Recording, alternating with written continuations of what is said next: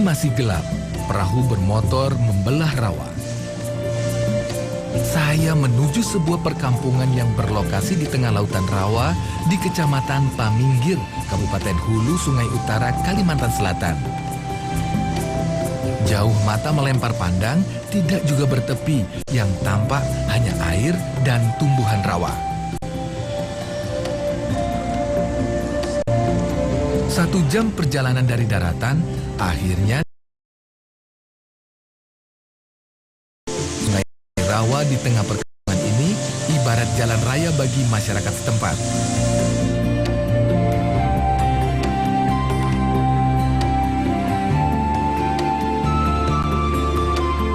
Tidak ada jalan tanah, apalagi aspal.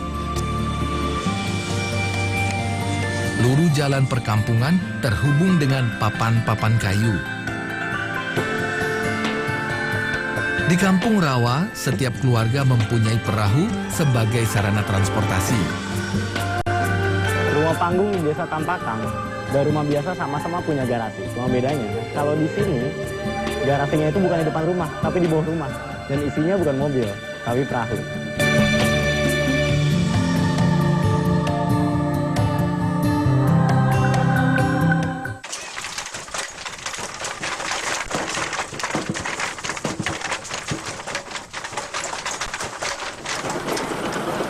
Permisi, Pak. Wah, mari, Pak. Bentar, Pak. Iya. Silakan. Halo, Pak. Ya, mari. Ini alat apa ya, Pak? Alat penumbuk purun itu, Pak. Katipung purun. namanya itu. Katipung namanya. Iya. Oh, purun tuh yang buat anyaman ya, Pak? Ya, purun itu yang dibuat ayaman tikar itu. Iya.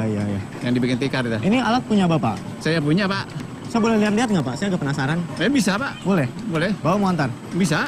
Mari. Sekarang bisa? Iya. Iya, mari. Alat ini udah ada berapa tahun, Pak? Sudah hampir 10 tahun lebih. 10 tahun lebih. Ya. Terus ini kan penumbuk purun. Itu bisa menumbuk purun sampai berapa ikat sehari? Hampir 50 lebihan. 50 lebihan. Sampai 75 bisa. Bapak naik upah ini. Mana Maksudnya upah?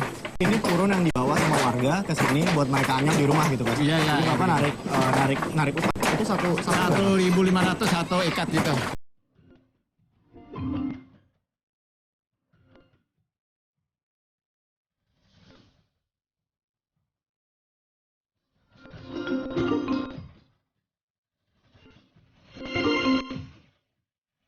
Untuk melayani kesehatan masyarakat, terdapat petugas kesehatan. Irwan, seorang lulusan Akademi Perawat, sudah 2 tahun di sini. Irwan harus menggunakan perahu untuk mendatangi warga yang butuh bantuan medis. Setiap Sabtu dan Minggu ia harus kembali ke kota Amuntai untuk melengkapi kebutuhan obat-obatan.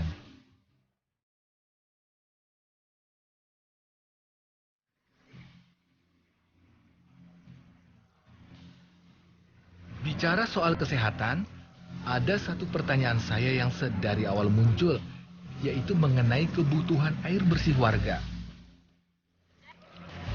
sih. Iya, Lagi numpang air buat apa, Mbak? buat minum. Buat minum. Sini biar saya bantuin aja. Oh, Nggak apa-apa, ya, sini. makasih.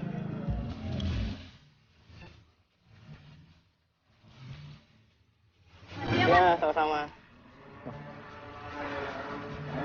Tadi saya sempat bertanya-tanya gimana caranya mereka bisa mendapatkan akses ke air bersih karena mereka dikelilingi oleh air rawa.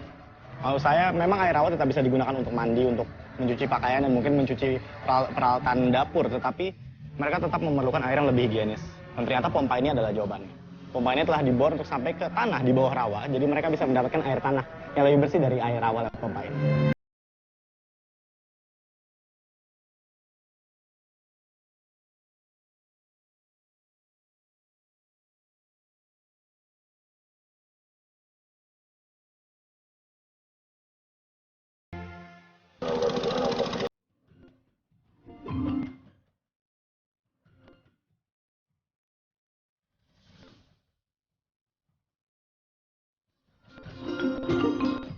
Setelah keliling perkampungan, saya akan menyusuri perairan untuk melihat satwa unik khas dari daerah ini, yaitu kerbau rawa. Kerbau rawa disebut kerbau kalang oleh masyarakat Banjar. Sesuai julukannya, binatang ini hidup di rawa-rawa. Pemilik kerbau hanya mengembala dari atas perahu, membiarkan peliharaannya mencari makan rumput dan tumbuhan rawa. Sebenarnya kodratnya kerbau kan berenang ya, cuma kerbau-kerbau rawa yang ada di depan saya ini sekarang lagi berenang semua. Karena memang mereka lahir di rawa, jadi ya mereka lebih terbiasa sama air daripada... dia bersin. Jadi mereka lebih terbiasa sama air daripada sama darat. Cuman satu hal yang spesial dari kerbau rawa adalah kalau kerbau darat tiba-tiba disuruh tinggal di rawa, mereka nggak bisa karena tidak terbiasa. Tapi kalau kerbau rawa tiba-tiba disuruh pindah ke daerah darat, mereka malah nggak punya masalah karena kondisi badan mereka memungkinkan untuk melakukan itu.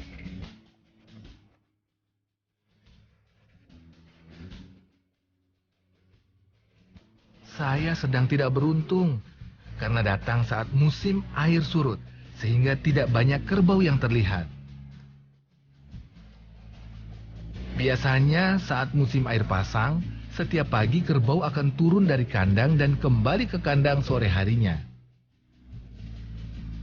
Ketika musim surut, kerbau kebanyakan dibiarkan berkeliaran bebas ke hutan-hutan rawa.